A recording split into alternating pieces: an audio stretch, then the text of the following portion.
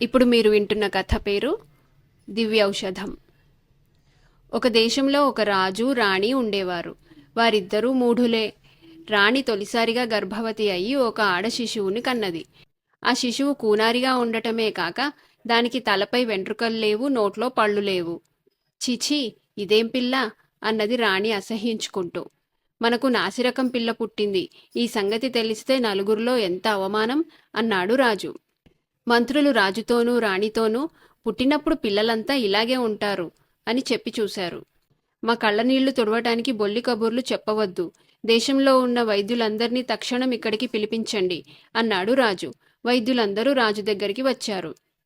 మాకు కుమార్తె కలిగిన మాట నిజమే, కాని అది మరీ చిన్నదిగా ఉన్నది. దాని తలపై వెంట్రుకలు లేవు, నోట్లో పళ్ళు లేవు. మీరంతా దీనికి తగిన చికిత్స ఆలోచించి మందులిచ్చి ఈ పిల్ల వెంటనే పెద్దదయ్యేటట్టు, దీని తలపై వెంట్రుకలు ఉండేటట్టు, నోట్లో పళ్ళుండేటట్టు చెయ్యండి అని రాజువారితో అన్నాడు. మహారాజా, ఇది సాధ్యమయ్యే పని కాదు అన్నారు వైద్యులు. చక్రవర్తిని నేను ఆజ్ఞాపిస్తున్నాను, ఇంకా సాధ్యం కాకపోవటం ఎటువంటిది? నేను చెప్పినట్టు చేయటానికి మీరు సమ్మతించకపోయారో మిమ్మల్నందర్నీ బెత్తాలతో వీపులు చిట్లగొట్టిస్తాను. 5 నిమిషాల వ్యవధి ఇస్తున్నాను, ఆలోచించుకోండి అంటూ రాజు అవతలికి వెళ్ళిపోయాడు. ఆయన 5 నిమిషాల అనంతరం తిరిగి వచ్చి దీనంగా తలలు వంచుకొని ఉన్న వైద్యులతో, ఏం నిర్ణయించారు? నా కూతురికి వైద్యం చేస్తారా, దెబ్బలు తింటారా అని అడిగాడు. వైద్యులెవరూ మాట్లాడలేదు. రాజు తన భటులను పిలిచి బెత్తాలతో వీరందరినీ చావగొట్టండి అని ఆజ్ఞాపించాడు. అప్పుడొక వృద్ధ వైద్యుడు, మహారాజా, తొందరపడకండి, మీ ఆజ్ఞను శిరసావహించటానికి మేం సిద్ధంగానే ఉన్నాం. ఇందుకుగాను ఒక దివ్యౌషధం ఉన్నది. అది గనక ఇచ్చినట్టయితే రాజకుమార్తె పెరిగి పెద్దదవుతుంది. ఆమెకు తల నిండా వెంట్రుకలు, నోటి నిండా పళ్ళు ఏర్పడతాయి అన్నాడు. మంచిది, ఆ దివ్యౌషధం ఎక్కడ ఉన్నది అని రాజు అడిగాడు. అది సిద్ధంగా లేదు, దాన్ని తయారు చేసుకోవాలి, కొంతకాలం పడుతుంది అన్నాడు వృద్ధ వైద్యుడు. కొంతకాలం పట్టటం దేనికి? నేను రాజును, రాజాధిరాజును, మహాచక్రవర్తిని. ఇప్పుడే ఆ దివ్యౌషధం నాకు కావాలి. అది వెంటనే ఎందుకు తయారు కాదు అన్నాడు రాజు.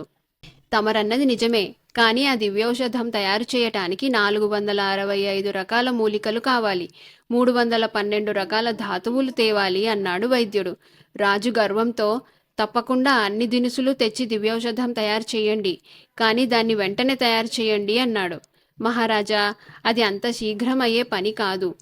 2 ఏళ్లకొకసారి పూసే మూలిక ఉన్నది, అది 4వ విడత పూస్తుండగా ఏరుకు రావాలి. అలాగే ఒక ధాతువు మంచు కొండల మీద తప్ప మరెక్కడా దొరకదు. ఆ కొండల మీద మంచు 6 ఏళ్లకొకసారి మాత్రమే కరుగుతుంది. అలా 2 సార్లు కరిగిన తర్వాతే ఆ ధాతువును తవ్వి తీసుకురావాలి అన్నాడు వైద్యుడు. సరే సరే, ఇంతకు ఆ దివ్యౌషధం 1 వారంలో తయారవుతుందా అని రాజు అడిగాడు. ఇంకా ఎక్కువ కాలం పడుతుంది మహారాజా, తమరు ఒక పని చేయకూడదా? మీ అమ్మాయిని 12 ఏళ్ల పాటు మా పెంపకంలో ఉంచండి, ఆమెకు చేయవలసిన చికిత్స సక్రమంగా చేస్తాం అన్నాడు వృద్ధ వైద్యుడు. రాజు రాణికేసి తిరిగి, ఏమంటావు దేవి, మన అమ్మాయిని 12 ఏళ్ల పాటు వీరికిచ్చి చికిత్స చేయిద్దామా, లేక వీరందరినీ బెత్తాలతో చావగొట్టించనా అని అడిగాడు. రాణి కొంచెం ఆలోచించి, వాళ్లకు 12 ఏళ్లు వ్యవధి ఇచ్చి చూద్దాం, అప్పటికీ అమ్మాయికి చికిత్స చేయలేకపోతే ఏకంగా అందరి తలలు తీసేయవచ్చు అన్నది. రాజు సరేనన్నాడు.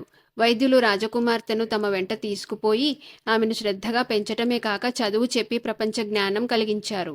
ఆమె వారి వద్ద 12 ఏళ్లు పెరిగి తల్లిదండ్రుల వద్దకు తిరిగి వచ్చింది. ఆమె తల మీద నల్లని తలకట్టు, నోట్లో తెల్లని పలువరస చూసి రాజు రాణి ఎంతో సంతోషించి వైద్యులకు గొప్ప బహుమానాలిచ్చారు. వారి అనంతరం రాజకుమార్తె రాణి అయి ప్రజలను వివేకంతో పాలించింది.